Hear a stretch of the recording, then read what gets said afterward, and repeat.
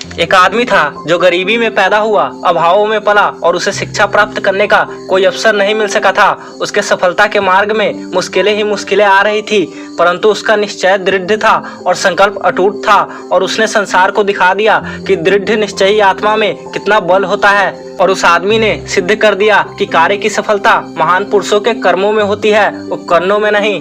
वह व्यक्ति था जॉन ए जॉनसन, जिसने मिनेसोटा का गवर्नर बनने के बाद कहा था कि मैं जिस कस्बे में पैदा हुआ था उसी में मैंने सर्वोत्तम उन्नति करने का निश्चय किया था, खुद की स्थिति बदलने का और लोगों की स्थिति सुधारने का।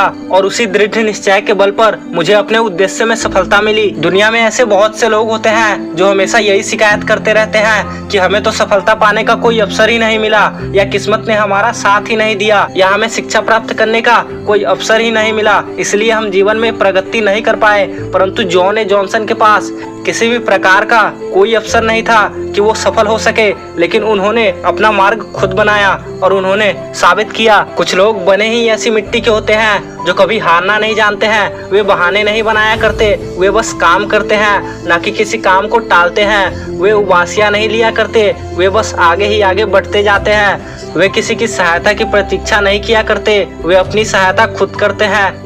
एक सफल इंसान किसी भी प्रकार का कोई अवसर का प्रतीक्षा नहीं करता है, बल्कि वो अवसर का निर्माण करता है। जो इंसान अवसर न मिलने की शिकायत करता रहता है, वो असलियत में अपनी कमजोरी को स्वीकार करता है और वो समाज में अपने दुखों का ही ढिंढोरा पीटता रहता है और वो मान लेता है कि परिस्थितियों का मुकाबला करने की उनमें हिम्मत ही नहीं है। और वो बताता है कि वो इन समस्याओं से अधिक शक्तिशाली नहीं है जो उनके रास्ते में आते हैं। जो आदमी असफल हो जाता है उनके पास यही बहाना होता है कि हमें तो चांस ही नहीं मिला।